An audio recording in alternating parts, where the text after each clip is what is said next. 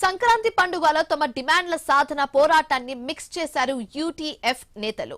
Kadapa collectorate ముందు గాలిపటాలు ఎగురవేసి ప్రభుత్వానికి నిరసన తెలియజేశారు. ఉపాధ్యాయ సంఘాలకు ఇచ్చిన హామీలను ప్రభుత్వం అమలు చేయడం లేదంటూ యూటీఎఫ్ నాయకులు ఆరోపించారు. పూర్తి సమాచారం కడప నుంచి మా ప్రతినిధి ప్రసాద్ శర్మ అందిస్తారు. తెలుగు రాష్ట్రాల్లో దేశవ్యాప్తంగా సంక్రాంతి పండుగను ఒకవైపు ఆనందోత్సాహాలతో జరుపుతుంటే ఉపాధ్యాయ సంఘాలు మాత్రం తమకు సంబంధించినటువంటి తమ చాలా కాలంగా డిమాండ్ చేస్తున్నటువంటి సమస్యలను పరిష్కరించాలని డిమాండ్ చేస్తూ కడప కలెక్టరేట్ ఎదుట యూటీఎఫ్ ఆధ్వర్యంలో ఒక వినూత్నమైనటువంటి నిరసనకు దిగడం జరిగింది. ఏదైతే గాలిపటాలు చేతపట్టుకొని తమ సమస్యలు పరిష్కరించాలంటూ జిల్లా కలెక్టర్ ఎదుట ఆందోళన చేస్తున్నారు. ఈ ఆందోళన సంబంధించి మనతో మాట్లాడేందుకు యూటీఎఫ్ రాష్ట్ర కార్యదర్శి లక్ష్మీరాజు గారు. సార్ చెప్పండి, ఏ డిమాండ్ల మీద ప్రధానంగా మీరు ఆందోళన చేస్తున్నారు? ఒక సంక్రాంతి పండుగ రోజున ఉపాధ్యాయులు ఇంటి దగ్గర ఉండి కుటుంబ సభ్యులతో ఆనందంగా పంట జరపాల్సిన సమయంలో ఇట్లా రోడ్డు ఎక్కడానికి ప్రధాన కారణం ఏంటి? ఈ ప్రభుత్వం అధికారంలోకి వచ్చి 19 నెలల కాలం గడిచింది. మేమంతా ఊహించుకునేది, ఆశించినది ఈ సంక్రాంతి పండుగకు పిఆర్సీ కమిటీ వేస్తాడని, ఐఆర్ ప్రకటిస్తాడని, అలాగే ఆర్థిక బకాయిలన్నీ చెల్లించి సంక్రాంతి పండుగను ఆనందంగా జరుపుకోవడానికి ఈ ప్రభుత్వం సహకరిస్తుందని ఆశించి భంగపడ్డాం. అందుకోసం ఈరోజు ఈ ప్రభుత్వాన్ని ఒకటే ప్రశ్న వేస్తూ ఉన్నాం. మీరు ఇచ్చిన హామీలు గాలికి వదిలేశారా లేదా అనేది మీరు స్పష్టం చేయాలి.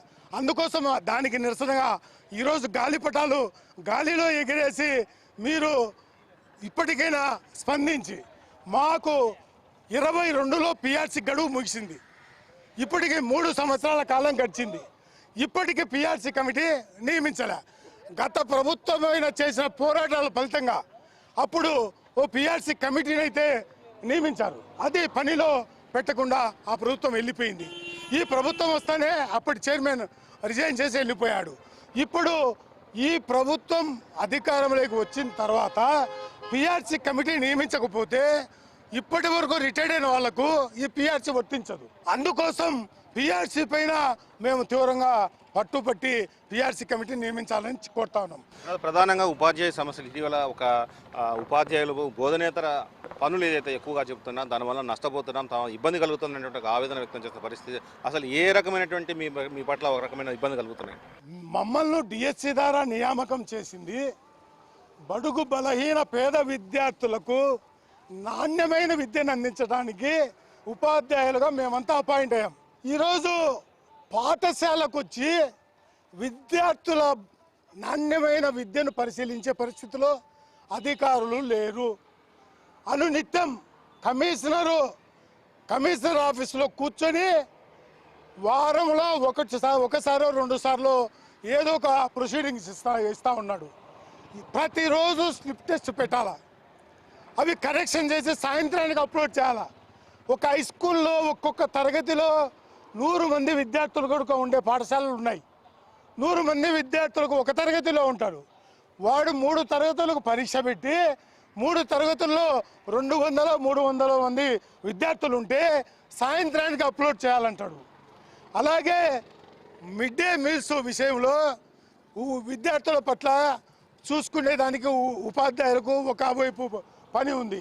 అలాగే ఇట్లా అనేక రకాల పనులు ఉపాధ్యాయుల పైన నెట్టుతూ ఉన్నాడు. మేము చెప్తా ఉన్నాం, మీరు బోధనేతర కార్యక్రమాలు చూసుకునేదానికి సపరేట్గా ఇతరులను నియామకం చేసుకోండి, వారితో పర్యవేక్షణ చేసుకోండి. అన్నీ మాకు బాధ్యత అప్పచెప్పి మీరు ఎస్కేప్ కావాలని చూడకండి. అసలైంది ఈరోజు ప్రభుత్వ పాఠశాలకు వచ్చేది పేద బడుగు బలహీన వర్గాలు. అంటే కనీసం ఫీజు కట్టడానికి లేనటువంటి విద్యార్థులు వస్తూ ఉన్నారు. వారిలో బాలికలు ఎక్కువ మంది వస్తూ ఉన్నారు.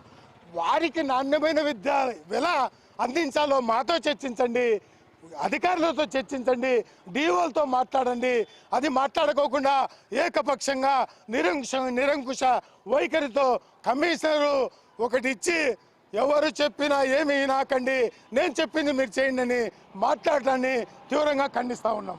ప్రభుత్వం ఇచ్చినటువంటి ఎన్నికల సందర్భంలోనే తర్వాత ఇచ్చినటువంటి హామీలు గాలికి వదిలేసిన దానికి చిహ్నంగానే ఇవాళ పతంగులు ఎదుగువేసి తమ నిరసన వ్యక్తం చేస్తున్నామని చెప్తున్నారు యూటీఎఫ్ నాయకులు. Camera person Sumanto Sharma, I news, Kadapa.